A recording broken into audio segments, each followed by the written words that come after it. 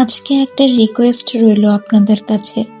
গল্পটি ভালো লাগলে ভিডিওতে একটি লাইক করে দিন। আশা করি গল্পটা আপনাদের কাছে ভালো লাগবে। এই চ্যানেলটিকে সাবস্ক্রাইব করে পাশে থাকুন। সাবস্ক্রাইব করতে ভুলবেন না কিন্তু। গল্পের নাম জন্মের আগেই ঠিক হওয়া বিয়ে। গল্পের শুরুটা হয় বিয়ের মণ্ডপ থেকে। বাবা আমার হাত ধরে বিয়ের পিঁড়ির দিকে নিয়ে যাচ্ছিলেন। সামনেই বরের বেশে দাঁড়িয়ে আছে আমার হবু স্বামী। আমার চোখে তখন জল, বুক ফেটে কান্না আসছিল আমার। আমি ভাবছিলাম আমার জীবনটা এভাবেই শেষ হয়ে যাবে। আমি অমৃতা। আমার বাবা একজন নামকরা প্রভাবশালী রাজনীতিবিদ। আমরা অনেক বড় এক রাজপ্রাসাদের মতো বাড়িতে থাকতাম। ছোটবেলা থেকেই বাবা মা ছেলেদের ব্যাপারে খুব কড়া ছিলেন। তারা সবসময় বলতেন, ছেলেরা সব নষ্টের মূল। একদিন মা বলে দিলেন, অমৃতা, তোর জন্মের পরই আমরা তোর জন্য পাত্র ঠিক করে রেখেছি। 18 বছর হলেই তোকে সেই ছেলের সাথেই বিয়ে করতে হবে। আমি ভাবতাম তারা হয়তো ইয়ার্কি করছেন। মনে মনে ভাবলাম, আমরা কি মধ্যযুগে বাস করছি নাকি যে জন্মের সময় বিয়ে ঠিক হবে? আমি সব সময় পড়াশোনা আর পুতুল বানানো নিয়েই মেতে থাকতাম। পুতুল বানানো ছিল আমার একটি শখ। কিন্তু যত বড় হচ্ছিলাম, বাবা মা বিয়ের কথা তত বেশি মনে করিয়ে দিচ্ছিলেন।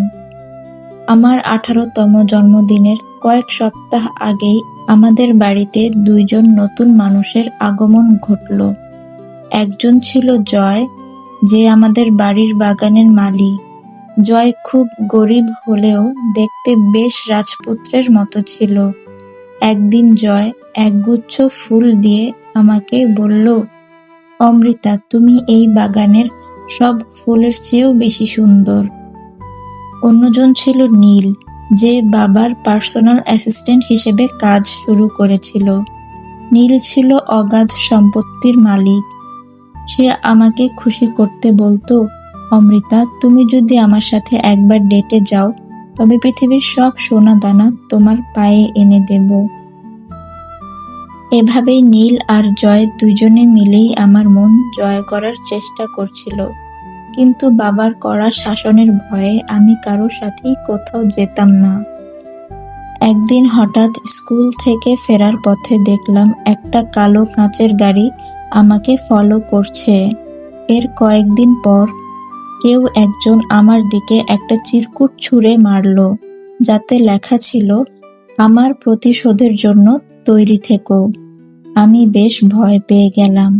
বাড়িতে আসতেই বাবা আমার সাথে এক বিশাল দেহী লোকের পরিচয় করিয়ে বললেন, অমৃতা, এই হলো কমল। আজ থেকে ও তোর ব্যক্তিগত বডিগার্ড হিসেবে সব জায়গায় তোর সাথে থাকবে।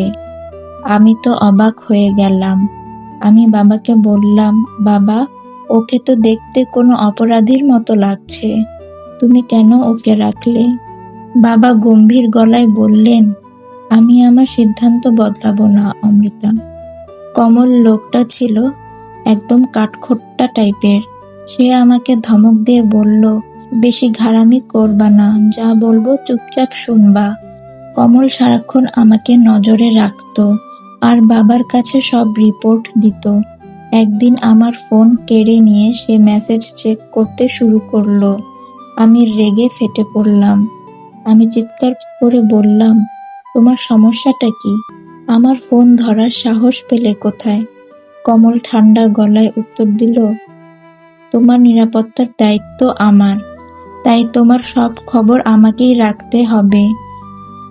বাবা তখন আমাকে বুঝিয়ে বললেন, তার এক পুরনো শত্রু জেল থেকে ছাড়া পেয়েছে, যে বাবার উপর এখন প্রতিশোধ নিতে চেষ্টা করছে। তাই অমৃতার নিরাপত্তার জন্য কমলের সাথে থাকাটা খুব জরুরি।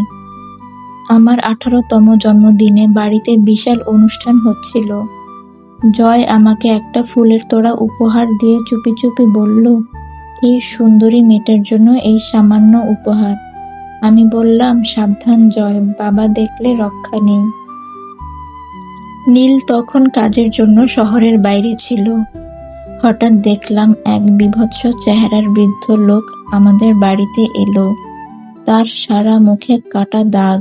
বাবা তাকে খুব হাসি মুখে অভ্যর্থনা জানালেন এবং তাকে লাইব্রেরিতে নিয়ে গিয়ে দরজা বন্ধ করে দিলেন। আমি ভেতরে গিয়ে দেখলাম মা একটা দামি বিয়ের শাড়ি ঠিক করছেন। মা আমাকে বললেন, অমৃতা, সময় হয়ে গেছে, আজই তোর হবু বরের সাথে তোর দেখা হবে। আমি আতঙ্কে বাইরে দৌড়ে আসতেই কমল আমার হাত ধরে আড়ালে নিয়ে গেল। আমি রেগে বললাম, কি চাও তুমি? কমল বলল, তুমি কি তোমার হবু বরের নাম জানতে চাও? ওই যে দাগওয়ালা লোকটাকে দেখছো, ওর নাম রতন। ওই লোকটাই তোমার হবু স্বামী। আমি এটা বিশ্বাস করতে পারছিলাম না। কমল আরো ভয় দেখিয়ে আমাকে বলল, রতন খুব রাগী আর বাজে লোক। ও তোমাকে পড়াশোনা করতে দেবে না, ঘর বন্দি করে রাখবে। আমি চাই না তোমার জীবনটা নষ্ট হোক।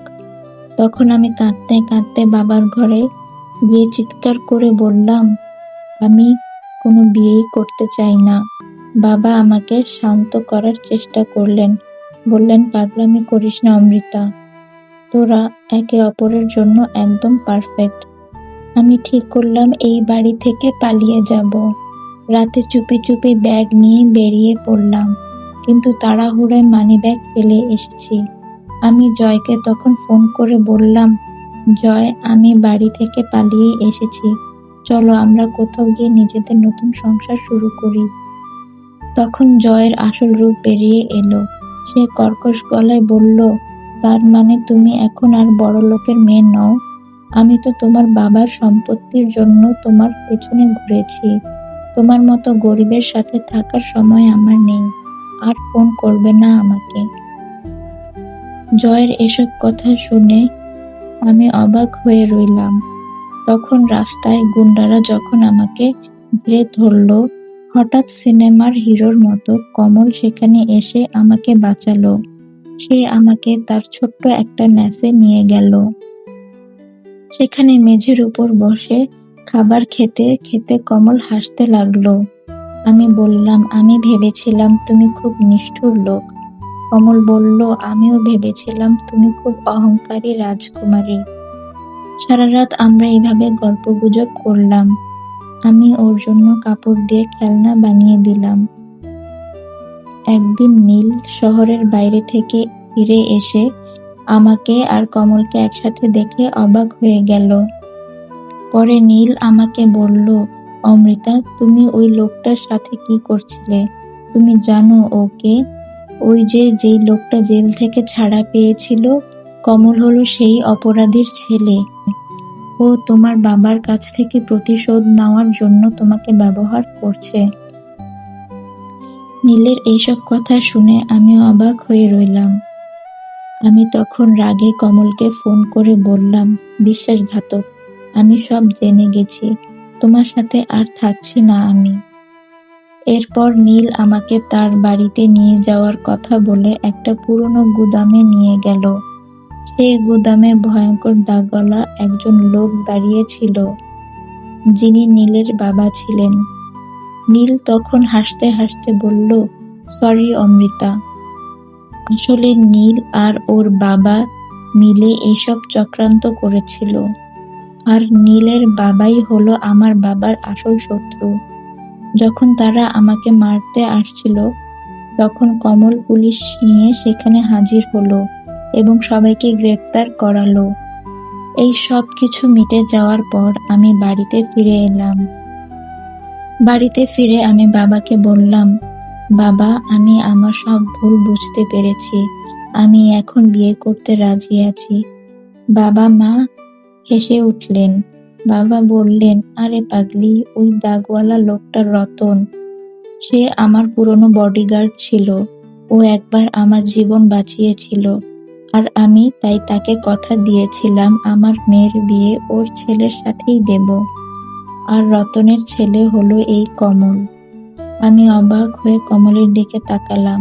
কমল লজ্জা পেয়ে বলল, আসলে আমি তোমাকে বিয়ে করতে চাইনি, কারণ ভেবেছিলাম তুমি অনেক অহংকারী আর জেদি মেয়ে, তাই মিথ্যে বলেছিলাম যাতে তুমি নিজেই বিয়েটা ভেঙে দাও।